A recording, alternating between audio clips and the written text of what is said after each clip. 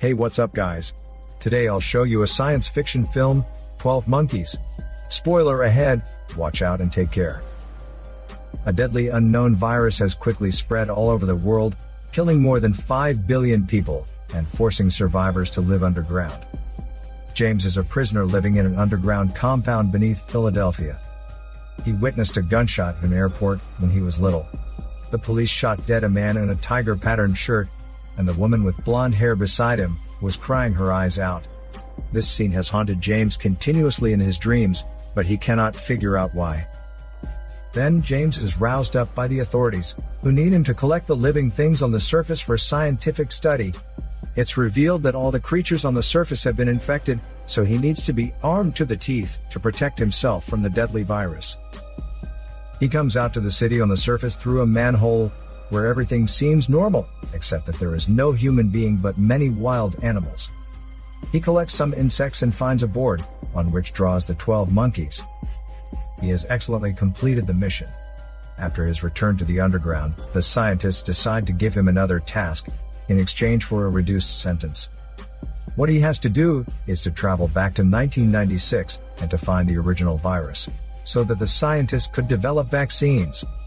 Unfortunately, due to the transport failure, James is sent back to 1990, not 1996 as planned. The police find him wandering around almost naked, and screaming about the virus and the end of the world. So they send him to jail, believing that he is a psycho. The psychiatrist Catherine visits him in the jail, but only finds James has been tortured like a retarded. As much as Catherine wants to help him, she cannot understand a single word James tells her.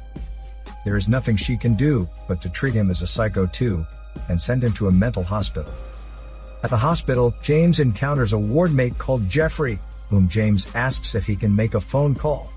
Jeffrey tells him he has to get the doctor's approval, while believing that if all the nuts are allowed to make telephone calls, the insanity would be spread by oozing through telephone cables and infect all the other normal people. He also tells James if he wants to watch a particular program, he has to tell the charge nurse before the show is on, as there are always people requesting shows that have already been played. Jeffrey shouts out loud that there are always people who want to turn back time, but in fact, none of them can do it, and they are all nuts. What Jeffrey says makes James kinda confused. He begins to doubt whether what he has been through is only a dream or his hallucination, and there is no such thing as time reversal. However, the priority task he has to do now is to get himself out of the goddamned hospital. He tries to persuade the doctors to let him make a phone call, firmly believing he can prove his identity by making the call. However, when he gets through the phone, the person who answers it is only an ordinary housewife, not the scientists. It turns out to be that the number was not used by the scientists back then in 1990. The next day, as the TV shows those rabbits and monkeys being tortured for experiments, Jeffrey says that people are just like monkeys. While James bursts out that maybe the human race deserves to be wiped out. Jeffrey is very excited by James' words, thinking it's a great idea. So he tries to help James get out of the hospital. Despite that, the meds James takes every day make him extremely weak. At last, he gets caught by the hospital's guards. He is then given an overdose of sedate and is fully restrained to the bed in a cell. But to everyone's surprise, James just disappears from such a closed room. It turns out to be that the scientists have transported him back to 2035. This time his travel doesn't bring back any useful information due to the wrong year he's been sent. The scientists showed James a group of photos of numerous people suspected of being members of the 12 Monkeys organization.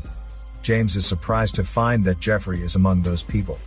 Therefore, in order to figure that out, and to help people reclaim the surface of Earth, he decides to make another time travel to find all the answers. This time, however, he has been transported to the time during the Second World War. He shows up at a battlefield, totally naked and unguarded, and gets a shot in his leg during the chaos. But fortunately, he is then transported to sometime in the right year 1996, when Catherine is giving a lecture on many unbelievable prophecies collected during the Second World War.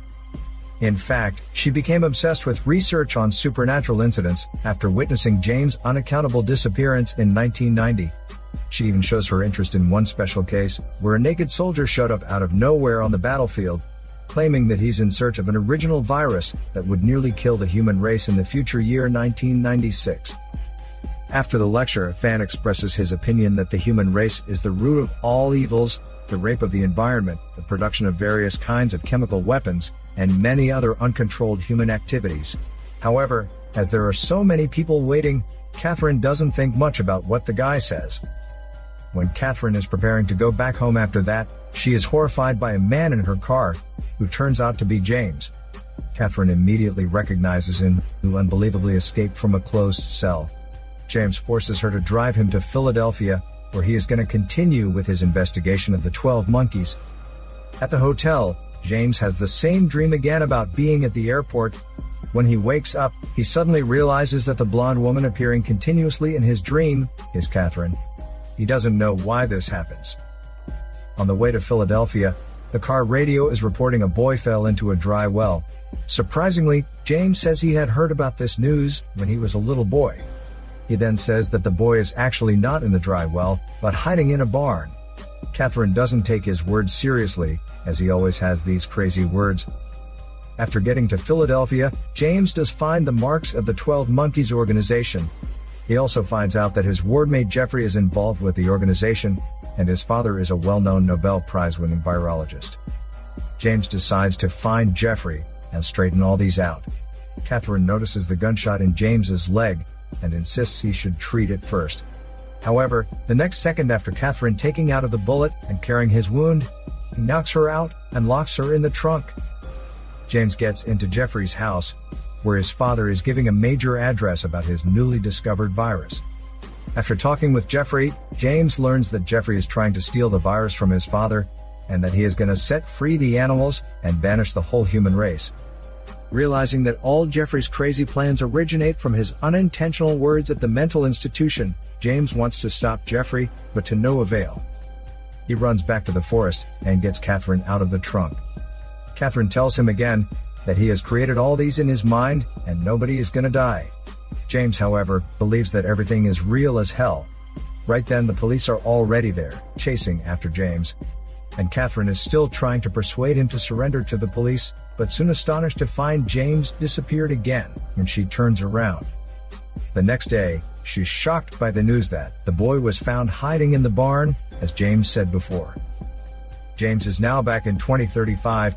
He gets a full pardon as he has found out the secret of the 12 Monkeys organization. However, the dark underground life makes him begin to wish that these are all his delusions. He desires to live on the surface under the blue sky, and most importantly, to find his hormone partner, Catherine. Therefore, he volunteers to travel back to the past again. While in the past world, Catherine now starts to believe that James is from the future, as she cannot explain how James knew the boy was hiding in the barn, and the World War II bullet found in his leg. She then calls to warn the famous virologist of his son, who might go to steal the virus. He takes Catherine's advice, and asks his assistant to upgrade the security system. Surprisingly, the assistant turns out to be the man who told his thoughts to Catherine on the book signing. Later, Catherine meets James again on the street, who has just traveled back. This time, the two's attitudes have completely switched. James insists that he is mentally ill, and that he needs her help, because he really wants to stay in the past world, with fresh air and blue sky, and turn her to be his hormone partner as well. While Catherine now thinks everything might be true, and that there might be billions of people dying, she then thinks out a way to test whether it is true or not, which is to call the number James called 6 years ago after his first transportation, to see if it gets through to the scientists. If it does, then the end of the world will come. But if someone else answers it, then everything is just a delusion. Catherine is very excited after making the phone call, as it is just a carpet cleaning company on the other end of the phone. She thinks the phone call she has with the virologist has changed the history. However, when Catherine talks about the voice message she leaves, James repeats exactly the same. It turns out to be that this phone call has been intercepted by the scientists in the future, and they have played it to James and have him recited it already. By now, the two completely lose hope, as they know the virus outbreak can't be avoided. So they decide to enjoy the last few weeks of hormone time together. They buy some clothes and accessories at the shopping mall, and do a simple makeup later in the cinema. It occurs to Catherine that James has never been to the beach before. so she decides to take him to Florida to see the beautiful sea. But the images of them wearing makeups make James feel kinda uneasy, as they look exactly the same as the blonde woman and the man in his dreams. On their way to the airport, the taxi driver tells them that they may not be able to catch the plane due to the heavy traffic caused by the wandering animals in the downtown area, which are released from the zoos by the 12 Monkeys organization. Seeing that, Catherine feels very happy, as she gets to know this is the secret plan of that organization, which turns out to have nothing to do with the virus, so there will be no end of the world at all. While at the airport, James is anxious to find that it's exactly the same place where the shooting happened in his dreams. When Catherine is checking in for them, James leaves a message, telling the scientists that following the 12 Monkeys organization is the wrong track, and that he will not return to the future. However, the phone is being monitored by the police, so the police immediately locate James. At the same time, Catherine meets a guy who looks very familiar when buying the tickets. Then she finds out that the guy is the assistant of the virologist. Until now, Catherine recognizes the guy, who is exactly the apocalypse nut, spreading his hate for uncontrollable human activities at her book signing. Suspecting that the guy might be the one who'll steal and spread the virus, Catherine rushes back to tell James about that. James forces his way through the security checkpoint and draws his handgun, trying to shoot the man. However, before he does it, he is shot down by the coming police. This scene is witnessed by a little boy, who is actually the young James. It seems that everything is destined, and no one can make any changes to it. In the final scene, the man successfully boards the plane, with a suitcase full of the virus. He meets a woman sitting next to him, who is one of the scientists from the future. She tells him that she's in insurance, seemingly indicating that she is the last one on the mission to ensure they can stop the man and save the world eventually. This is Daniel CC Movie Channel. Bye.